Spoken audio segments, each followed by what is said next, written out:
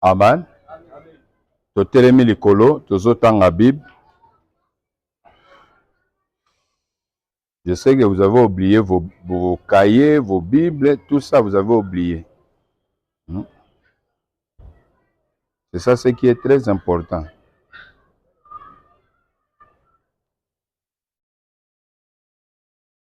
Romains chapitre 3, le verset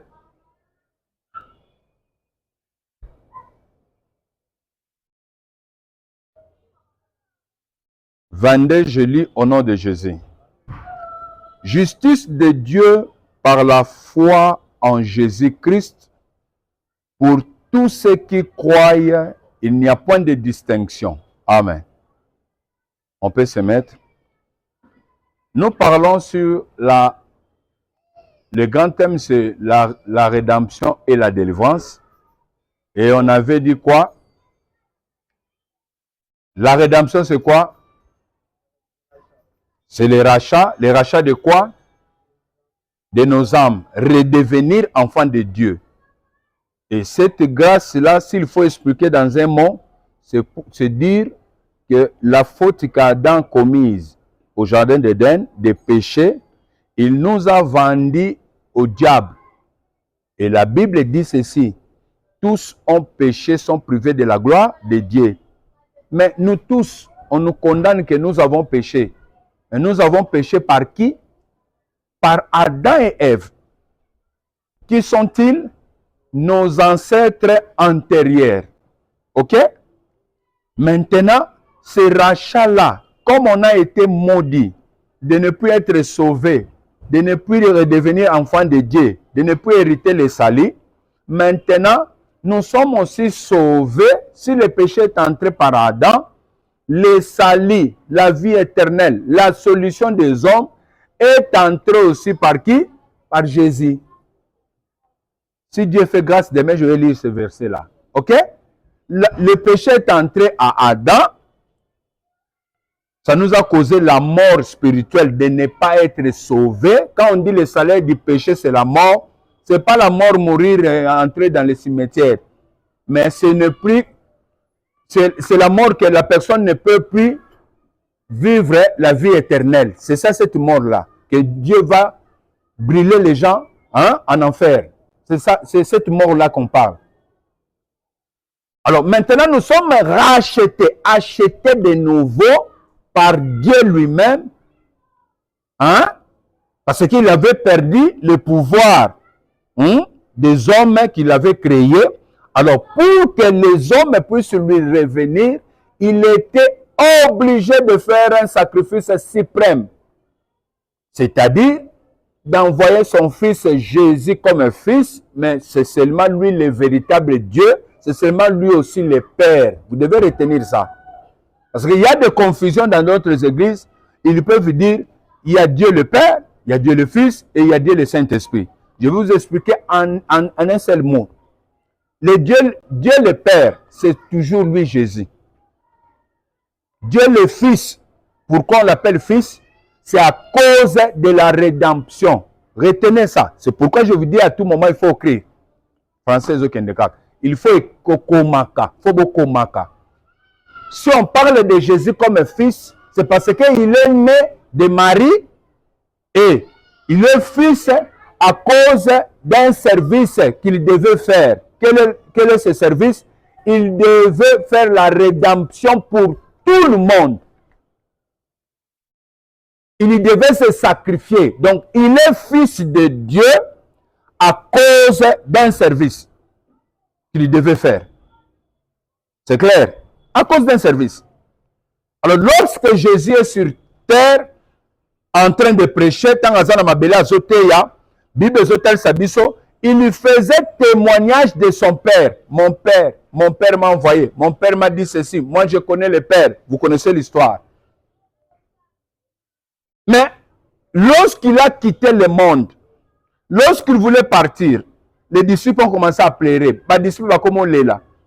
Seigneur, reste avec nous, reste avec nous. Oh, il vous est avantageux que je m'en aille. Si je vais, je vous reverrai, je viendrai vers vous. Mais comment il viendra vers nous? Il viendra vers nous par le canal du Saint-Esprit. Pourquoi? Il vient maintenant comme esprit, comme le Saint-Esprit. Parce que le Saint-Esprit, c'est toujours lui-même Dieu. Mais c'est réparti comme Père. Il a fait la création, hein? Il a créé toutes choses. Comme un Fils, c'est pour un service de la rédemption, pour sauver le monde. Ok? Comme un Saint-Esprit, il habite maintenant en nous pour nous aider jusqu'à ce que nous puissions être sauvés et nous amener au ciel. Vous comprenez comment c'est réparti? C'est pour dire que maintenant, là, nous travaillons avec le Saint-Esprit. Et lorsque le Saint-Esprit maintenant est là, le Saint-Esprit ne parle pas de lui, Saint-Esprit, mais il glorifie qui? Jésus. Jésus présent, il glorifie le Père. Jésus quitte physiquement, il revient comme le Saint-Esprit. Le Saint-Esprit, on lui donne l'ordre de glorifier qui? Jésus. Vous comprenez? Maintenant, la rédemption, vous avez expliqué que c'est quoi? C'est le rachat. C'est l'adoption, hein? Être encore adopté par Dieu. Ok? Par le sacrifice que Jésus-Christ a fait sur la croix.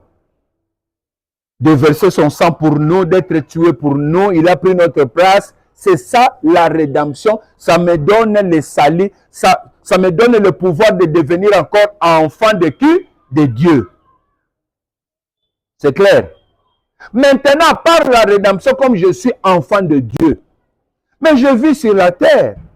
Même les pierres, les apôtres, n'avons pas eu besoin d'être délivrés de quelque chose. Je ne sais pas si vous comprenez. Même comme je suis maintenant enfant de Dieu, fils de Dieu, Dieu est mon Père, je suis son fils maintenant. Est-ce que je n'ai pas d'autre chose que je dois demander aussi à Dieu? Il n'y a pas d'autre service que je dois demander aussi à Dieu.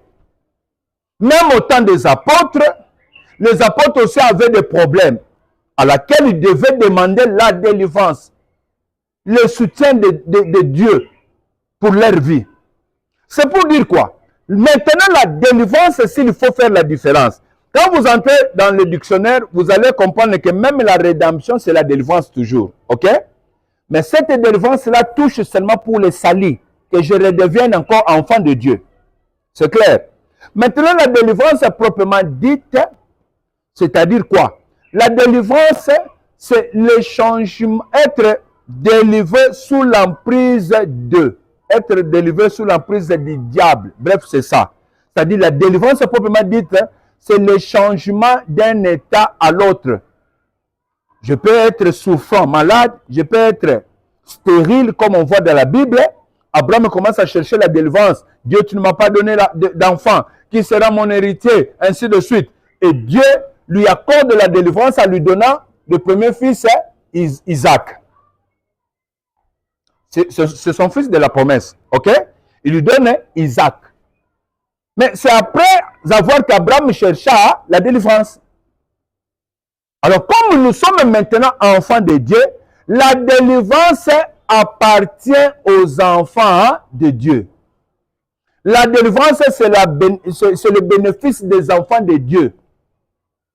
Dieu n'accorde pas la délivrance aux païens. Non. Mais la délivrance, c'est notre bénéfice. C'est-à-dire, quand nous avons cru, nous sommes devenus enfants de Dieu, cela ne change rien dans nos sangs. Vous venez devant Dieu avec le sang que vous avez porté de votre famille là. Je vais vous donner l'exercice, vous allez comprendre, et puis je vais rentrer dans ce verset ici. Nous sommes en Jean chapitre 11, notre verset de base. Jean chapitre 11, verset 43-44. Que dit la parole de Dieu? Ayant dit cela, il cria d'une voix forte. Lazare sort. Les morts sortis, les pieds et les mains, hein, enveloppés de linge, et liés, hein, les pieds et les mains liés de linge, et le visage enveloppé d'un linge. Jésus leur dit de lier-les et laisser-les aller. Ça dit, quand Jésus appelle Lazare d'entre les morts, c'est ça la rédemption. Vous quittez le monde pour redevenir enfant de Dieu. Maintenant, vous êtes adopté, vous êtes enfant de Dieu. C'est-à-dire, vous avez maintenant l'Esprit de Dieu en vous. Comme vous êtes devenu enfant de Dieu, vous êtes à l'église devant la présence de Dieu. Maintenant, la deuxième phase, Dieu recommande aux disciples, aux apôtres, aux pasteurs. Il leur dit ceci. Vous voyez les mains. Ça signifie quoi? Les mains, ça signifie le travail que nous faisons sur la terre. Ce sont les travaux de nos mains. Amen. Les pieds, c'est pour nous permettre de déplacer, d'avancer.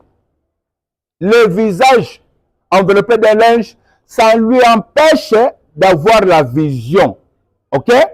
Maintenant, le Seigneur recommande aux apôtres pour leur dire, déliez-les. C'est-à-dire, même si vous êtes sauvés, vous avez la vie éternelle, mais cela n'exclut pas de chercher la délivrance par rapport à votre vie que vous avez hérité de nos familles, de vos familles. Parce que quand Jésus leur montre que voilà, ses mains sont liées, les pieds liés, le visage enveloppé de linge, c'est-à-dire, malgré qu'il est venu à l'église, il est condamné. C'est pour dire que il y a beaucoup de frères, il y a beaucoup de gens qui sont en église. Examinons un peu vos prophéties. Vous allez voir, quelque part, il y a des condamnations qu'on veut vous imposer, oui ou non? Hein? Il y a des condamnations qu'on veut vous imposer. Il y a d'autres condamnations aussi. Ça pèse déjà dans votre sang. Mais vous n'avez pas l'idée. Mais Dieu révèle ça pour dire que voilà, on cherche à te condamner comme ça. Voilà, on cherche à te faire ceci. Voilà, on cherche à... Quand tu auras tel âge, voilà ce que tu vas faire. C'est-à-dire c'est quelque chose déjà arrêté spirituellement pour que toi, tu ne puisses que subir. Maintenant, ce genre de condamnation-là, si vous ne cherchez pas la délivrance de combattre ça, de détruire ça en vous, vous allez être surpris après 2 ans, 3 ans, 4 ans. Subitement, vous tombez dans des fautes que Dieu avait révélées il y a 2 ans, 3 ans passés. Et vous perdez aussi la personne, soit la personne mère. Alléluia. C'est-à-dire que même si je suis devenu enfant de Dieu, maintenant la délivrance m'appartient pour dire que Seigneur, je suis sorti de telle famille, je suis sorti de telle famille, je suis sorti de telle famille, de telle tribu. Dans notre tribu, voilà ce qui ne marche pas. Voilà comment nous sommes condamnés. Voilà comment on nous a vendus. Maintenant, vous revendiquez votre droit pour bénéficier le salut terrestre. Hein? Le salut quoi? Terrestre. Ce que nous devons bénéficier sur la terre, ce que Dieu a promis pour nous. Parce que lorsque les apôtres lui demandaient, c'est-à-dire nous avons tout laissé et nous te suivons. Qu'est-ce que nous allons gagner? Le Seigneur avait répondu pour 2 saluts. J'avais prêché ça l'autre fois. Présentement là, vous aurez le centuple. Et à la vie éternelle, et à la vie future, vous aurez quoi? La vie éternelle. C'est-à-dire, je suis sauvé comme enfant de Dieu. Je marche avec le salut. Demain, j'irai au ciel rencontrer le Seigneur Jésus-Christ. Mais sur la terre, je dois aussi travailler, je dois aussi créer des entreprises, je dois aussi être riche, je dois aussi bénéficier parce qu'à la croix, le Seigneur s'est sacrifié aussi pour nous. Il s'est sacrifié aussi pour notre pauvreté. La Bible dit qu'il s'est fait pauvre, lui de riche qu'il était, afin que nous puissions enrichir. C'est-à-dire il a cherché aussi la délivrance que nous soyons des riches. C'est pourquoi il ne faut pas se contenter à la vie de souffrance. Ce n'est pas la vie des chrétiens. Les chrétiens iront des progrès en progrès. C'est-à-dire, aujourd'hui tu commences ici, et demain tu montes encore, tu montes. Les chrétiens ne reculent jamais. Lorsque vous trouvez que vous commencez à redresser, vous reculez, il faut vite chercher la volonté de Dieu. Seigneur, ça c'est quel signe? C'est quoi ça? Qu'est-ce que je fais? Qu'est-ce qui m'arrive? C'est clair? Malgré que Lazare est sauvé, mais deuxième exercice, le Seigneur recommande à l'église, aux pierres, Moi, j'ai sauvé la personne et je lui donne le salut gratuit. Je vais lire à Romain, vous allez trouver. Je lui donne le salut gratuitement parce que je lui ai mis dans ma liste des gens que je dois sauver. C'est clair, non? Maintenant, je l'ai sauvé, il est redevenu enfant de Dieu. Maintenant, ce que vous devez faire, Pierre, il lui faut le délier. Le délier de quoi? Il a été condamné par sa famille. Hein? Il a été condamné par sa famille. C'est-à-dire, même si nous sommes redevenus enfants de Dieu, n'oubliez jamais que vous portez le sang de la famille, vous portez l'identité de votre parent. Je lis un verset encore. J'appuie des versets pour que vous puissiez comprendre. Ok? Hébreux chapitre 2. Je pense que Romains chapitre 3 ne veut pas nous laisser encore. Hein? Il nous attache toujours. Il ne veut pas nous laisser. Voilà, on multiplie des versets, mais jusque-là, on n'a pas vraiment épuisé Romains chapitre 3 là. Hébreux chapitre 2, verset 14. Hébreux chapitre 2, verset 14 dit ceci. Ainsi donc, c'est-à-dire, vous devez savoir, voilà ce qui est.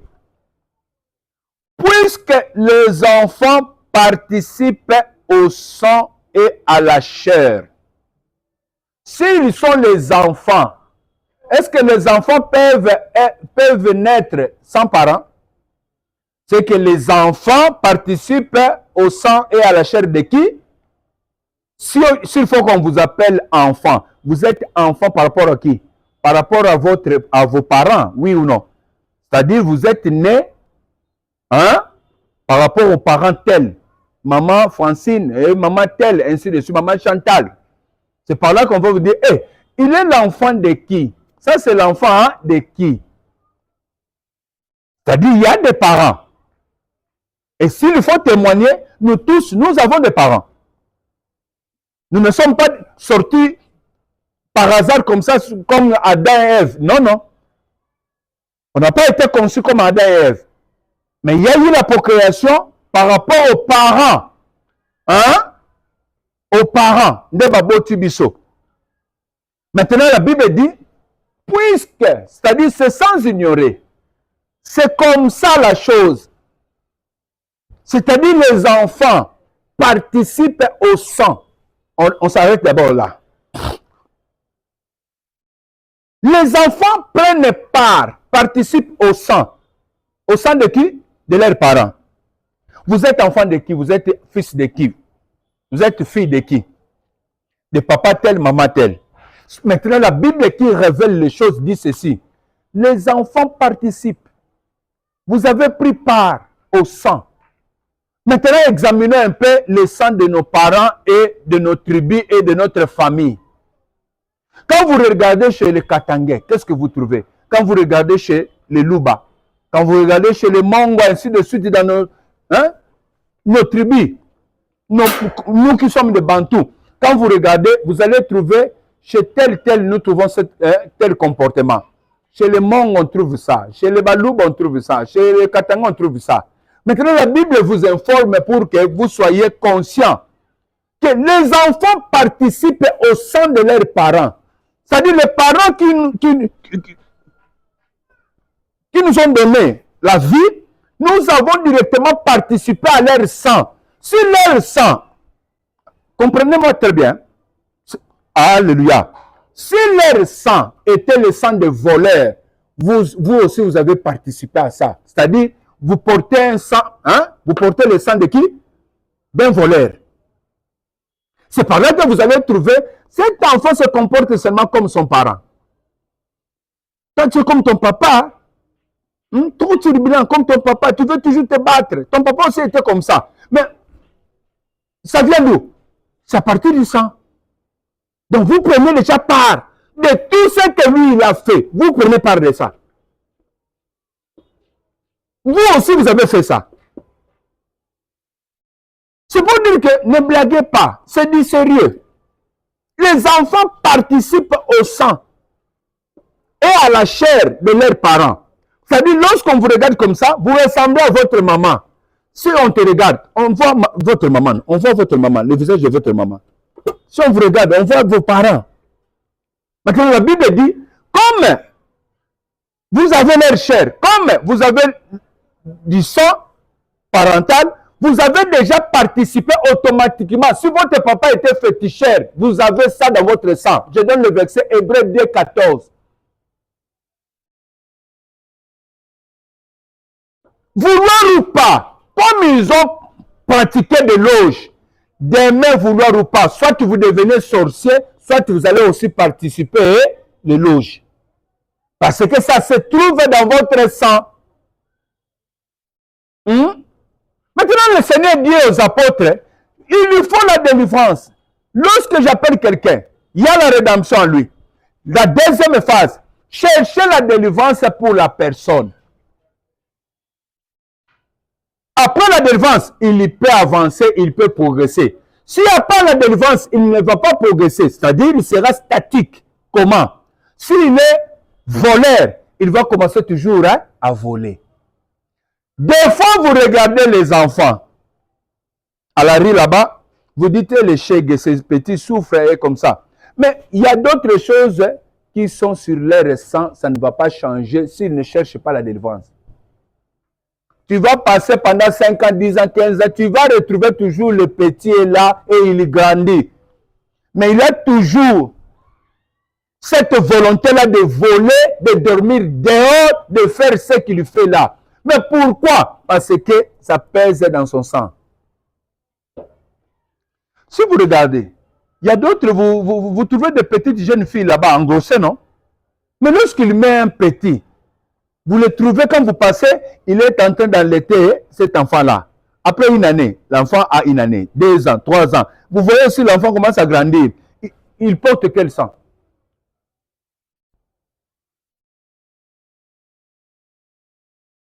C'est le sang de son parent. Non?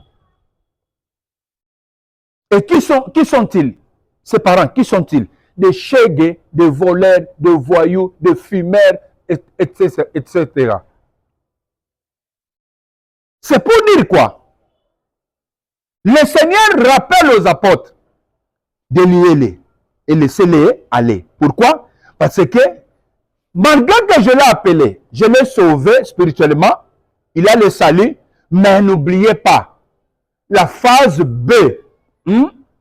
Deuxième phase. C'est quoi? C'est la délivrance.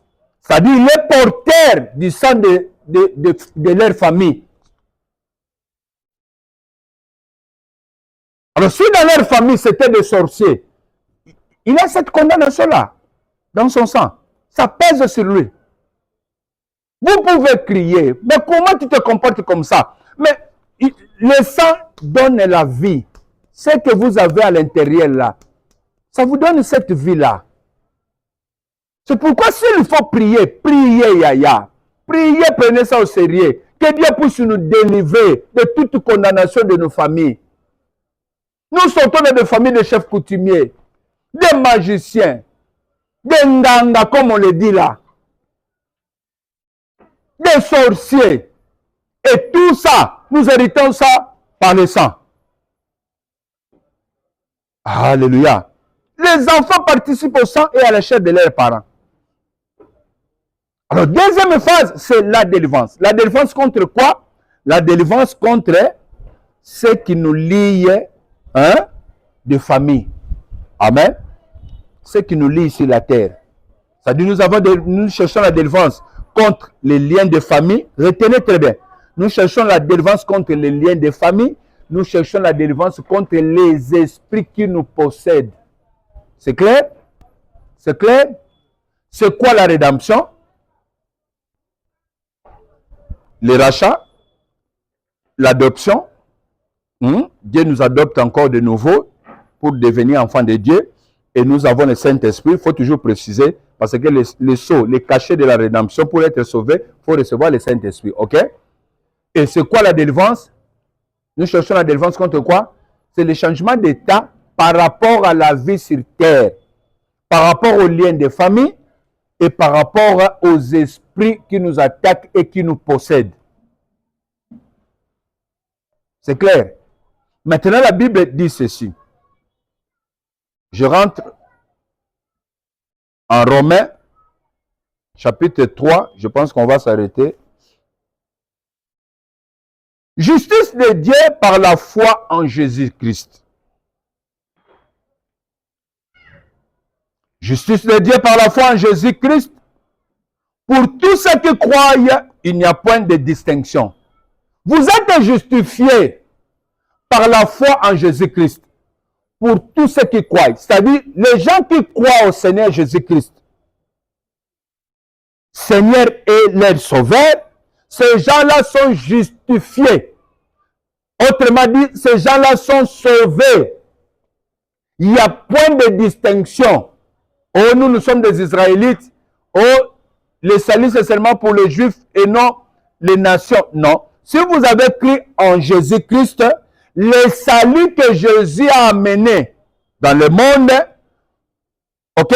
Le salut que Jésus a amené dans le monde, c'est aussi pour vous. Il n'y a point de distinction.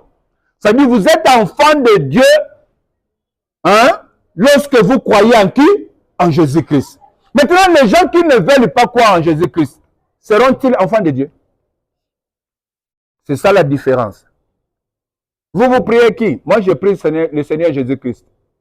Seigneur et Sauveur de ma vie. Il a donné sa vie pour moi. Oh, Jésus est fils de Dieu, oui. Il est venu comme un fils pour me sauver. Pour faire le sacrifice de la rédemption. Pour verser son sang. C'était obligatoire de verser le sang. Alors, comme Adam a commis le péché, c'est-à-dire il s'est vendu, et Adam aussi était mort, oui ou non? Il a versé le sang, il était mort, il est tombé. Alors, il fallait la vie revienne sur la terre par qui? Par le Seigneur Jésus-Christ. Alors, le Seigneur devait aussi verser son sang pour nous racheter, pour nous acheter. C'est clair. Maintenant, tous ceux qui croient en lui, on le salut. Vous êtes sauvés.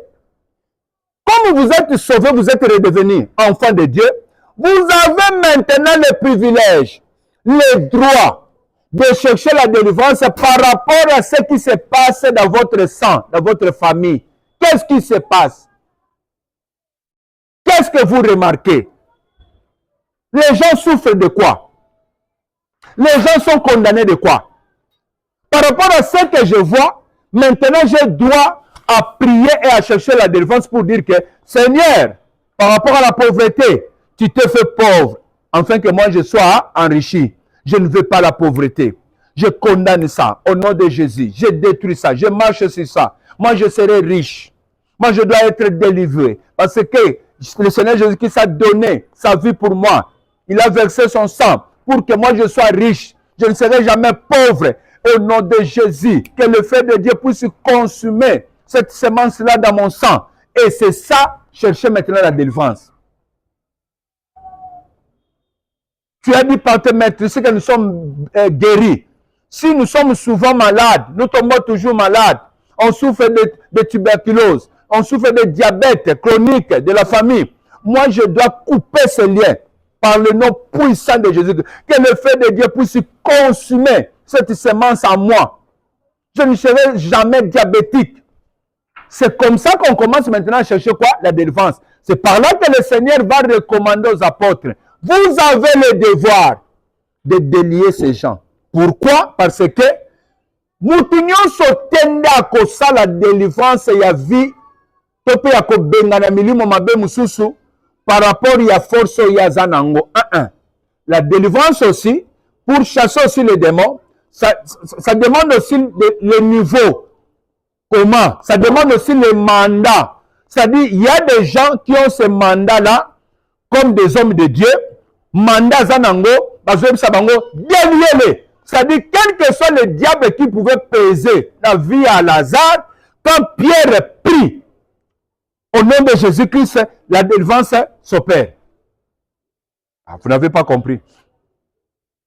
Quand Pierre prie, Jacques prie pour quelqu'un, la délivrance s'opère. Et c'est comme ça que ça se passe.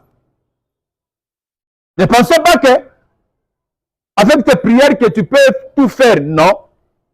Ça dépend aussi des mandats spirituel que Dieu a donné dans des hommes de Dieu. Si vous vous souvenez, vous allez trouver entre vous deux, on a parlé de quelque chose de comme ça, hein? De quelque chose de comme ça, de dons, quelque chose comme ça, entre vous deux. Amen.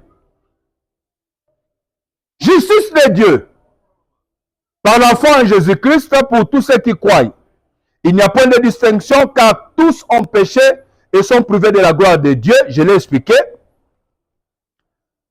Et ils sont gratuitement justifiés par sa grâce. C'est-à-dire les salis, c'est gratuitement. C'est le choix de Dieu pour vous. Dieu vous regarde, il dit, ah, je dois sauver Paul. Paul doit être dans mon liste. Alléluia.